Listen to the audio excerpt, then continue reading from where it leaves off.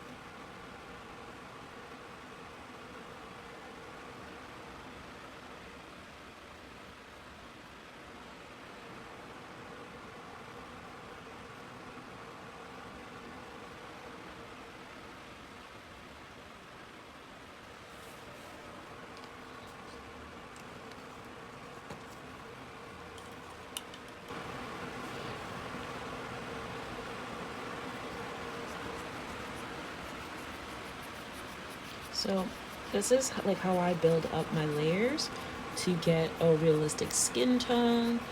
I understand a lot of people have their own methods for how they achieve a skin tone. I have my own methods. I've been painting since 2015. My mother is an artist, but I didn't learn from her in the same regard as what my brother did. My brother was considered the visual artist. I was considered the actor, like the person that's going to act. But for my brother, everything was kind of geared towards him becoming the visual artist rather than me becoming the visual artist, in my mom's mind at least. So she's an incredible painter, drawer, all over type of artist. So, and a lot of the advice that I got in regards to painting wasn't even from her. It was literally from my dad.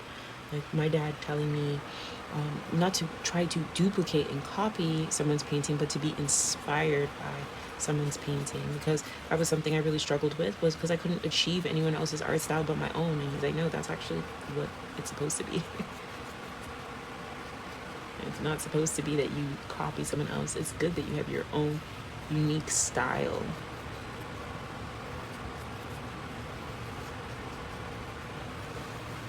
It's important to have your own unique style.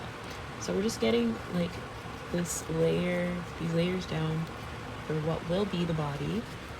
And again, this is the thing with this, is you gotta let your layers dry.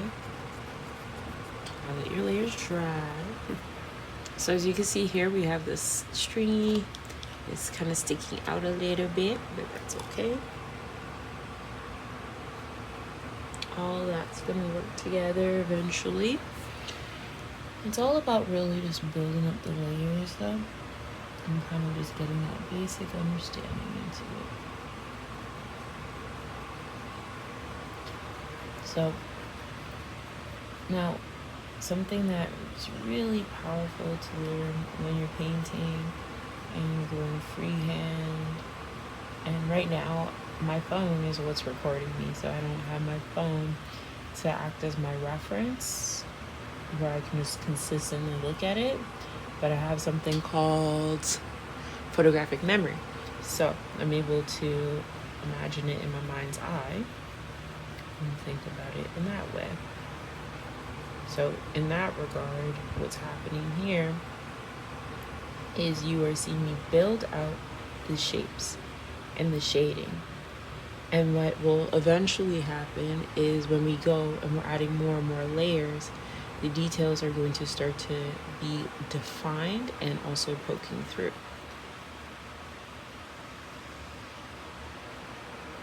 Now, when you see someone intuitively painting, it is different than someone that is formally painting. It's the same way, like if you see me, if I was to do some crocheting, which I do, and clay work or anything like that, everything is strictly intuitive. Not trained, intuitive. So I try not to tell people they can learn from me because I don't feel like an expert, because I intuitively create. It's not that I feel like I can mechanically train people to paint, but I feel like at least I do have such a good understanding of how color and binding and things work from experience and painting hundreds of paintings and taking that time and that devotion out to do that. But I feel like I'll be able to at least lead by example. I'm not here to teach as like I'm some kind of expert or anything like that. I'm here to lead by example from intuitive art, you know? And listen, art used to be, before mainstream media came around and started making patterns of clothes and different things, it used to be individual based, you know?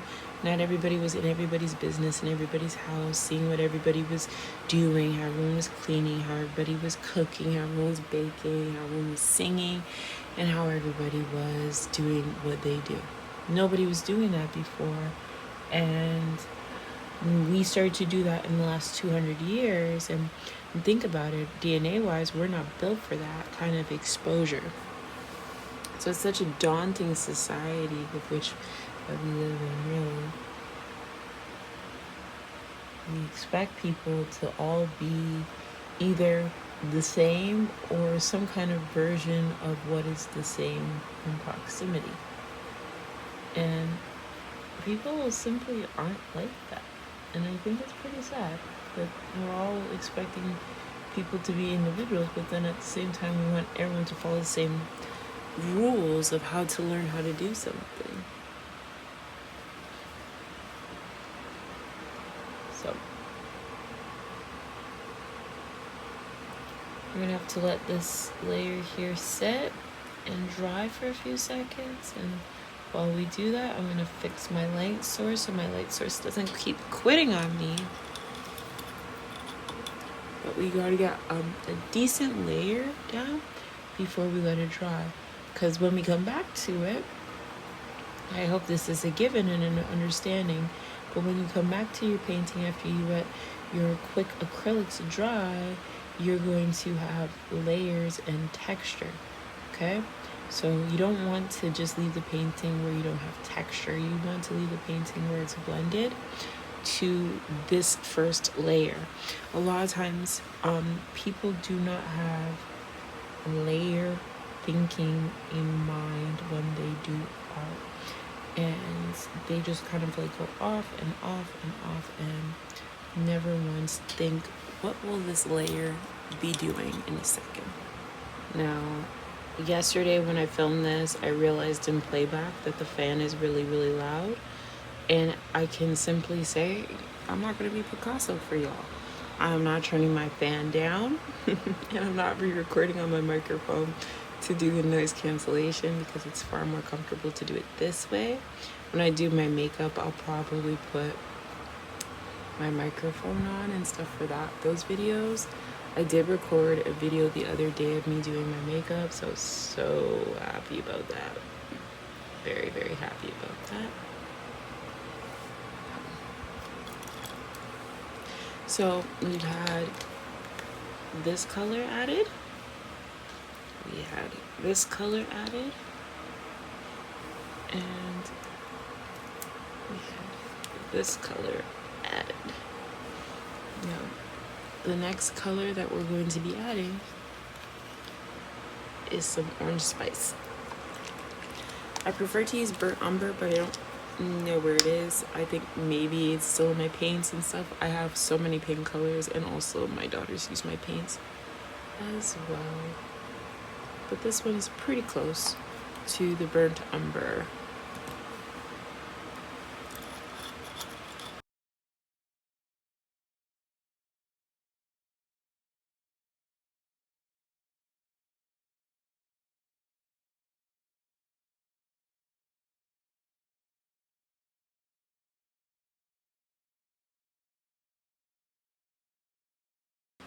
I'm gonna add a little bit more of the brown paints to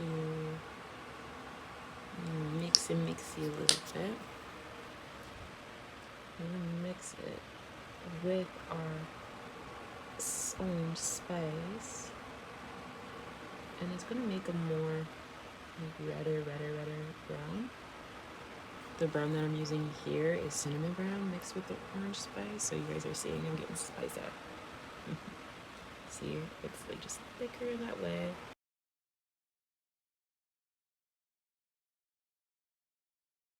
Okay, and then we're going to the shoulder. Add it a little bit more. Now we're just blending it into it more and more and getting the tones just right.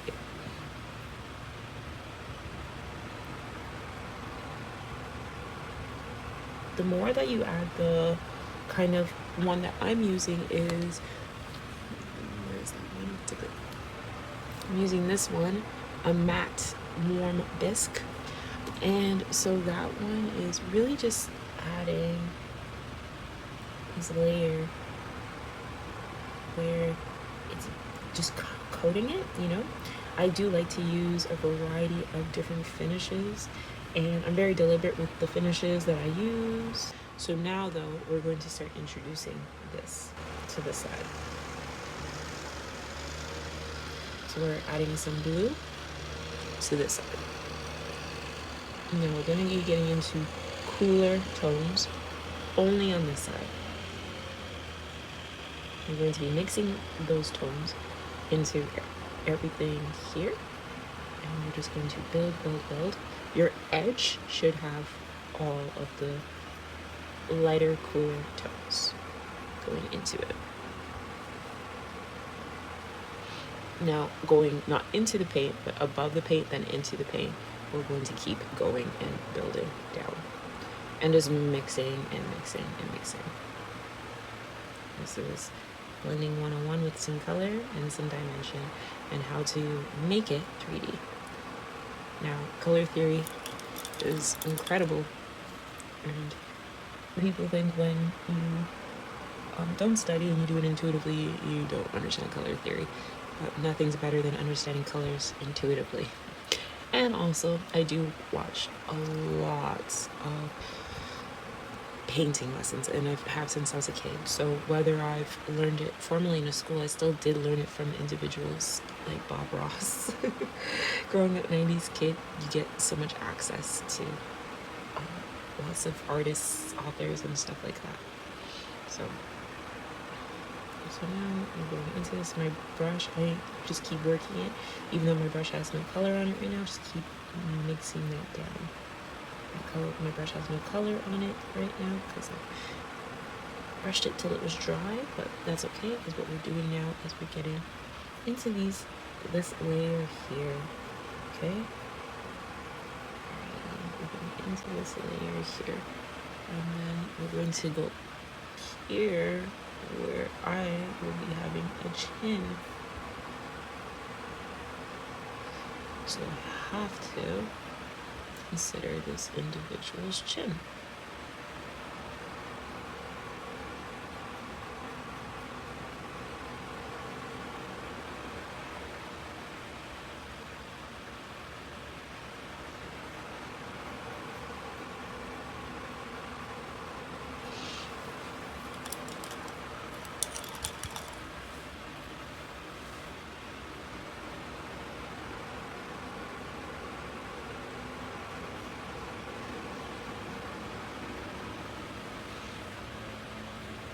So now back to the brown.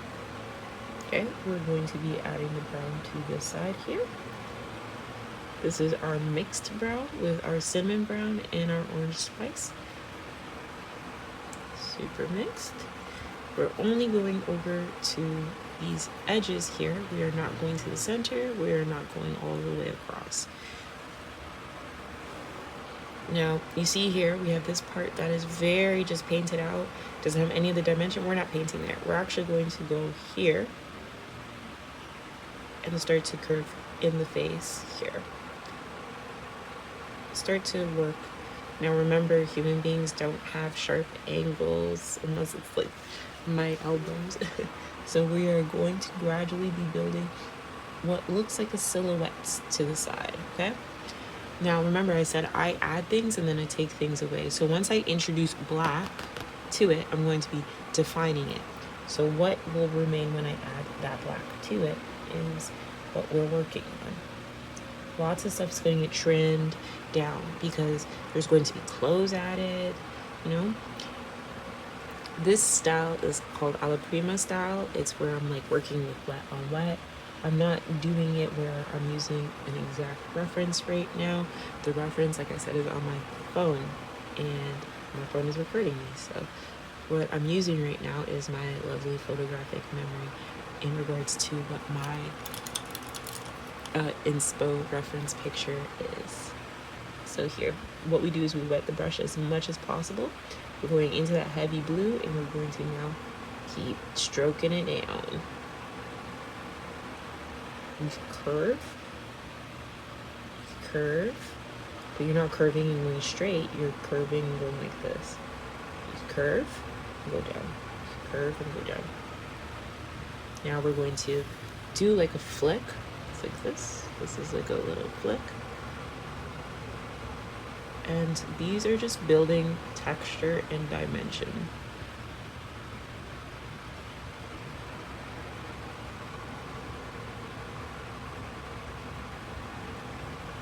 Okay. So I want you to see that all that texture and dimension is being blended. Okay. It's all being blended and mixed together. Now, I understand people usually do oil painting to achieve this type of blending, but if you work quickly and you build in layers, you can absolutely achieve an oil type of feel with acrylic paint. I don't like how long it takes to actually dry oil paints versus acrylic paint, and I don't like the strong scent of it. So what I do is I work with my acrylics. Now we're just using just the cinnamon brown now, okay? So we're taking the cinnamon brown. We're not going to be touching this area. We're going to be focusing on the center area now, okay? So it's not with the orange, it's just the brown now. And remember, everything is still pretty wet, but also very flicked. So it's not like wet, wet, wet, wet, but it's flicked down. So now we're going to be taking that, moving from here, move down. Okay, remember, we're not going into this part here. We are just simply going along the lines of it.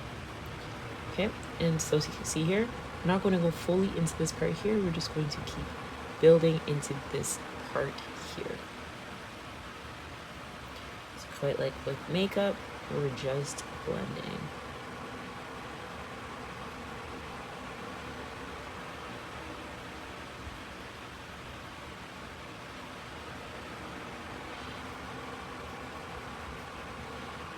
Okay, now we're going to go back and I want to add more of my bisque to it, but we're adding the bisque to this line here. Okay, adding it to here. And we're going to add it to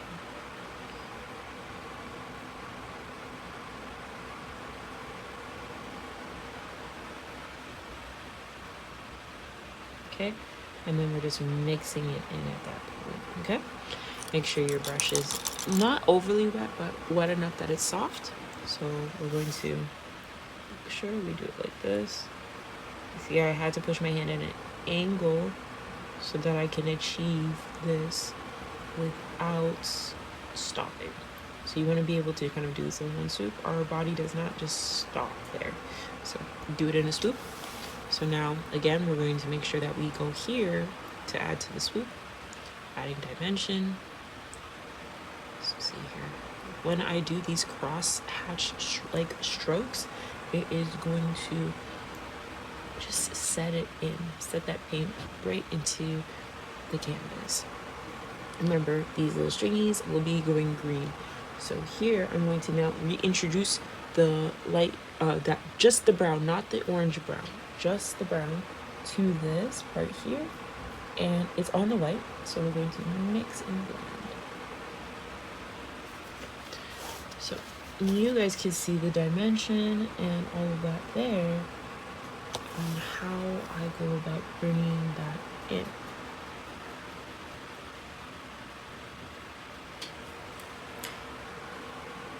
Here we are. We will be doing just a little bit more.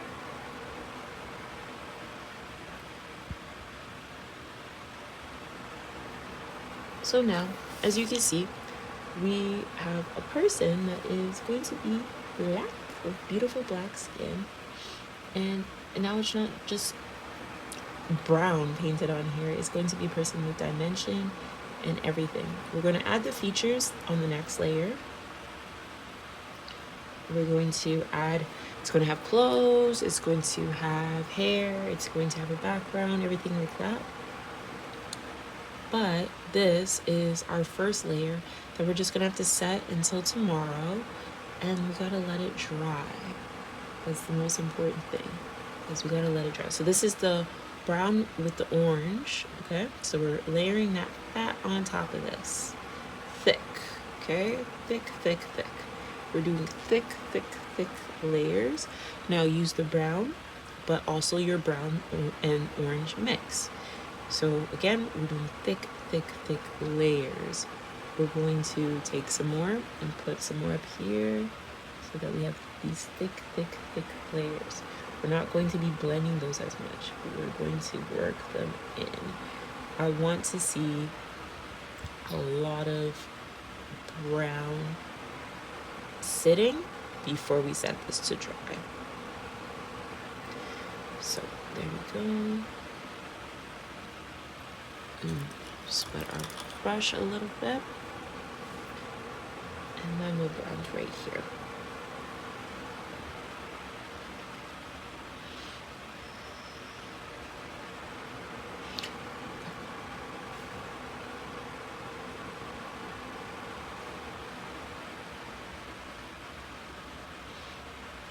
So like I said, we're going to be adding some clothes and everything like that. We want to make sure that we have the layers to have the person, so we can accessorize, we can build on them and everything.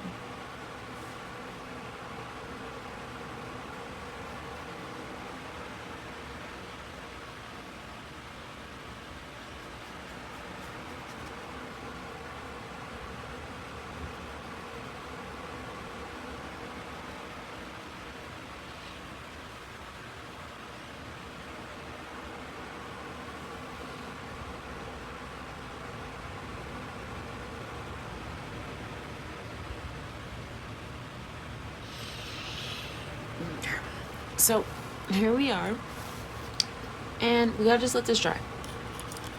I know it looks crazy right now. To me, it looks crazy. It probably won't make much sense to you later, but once this is dry, then we can add the details and we can keep adding more and more layers.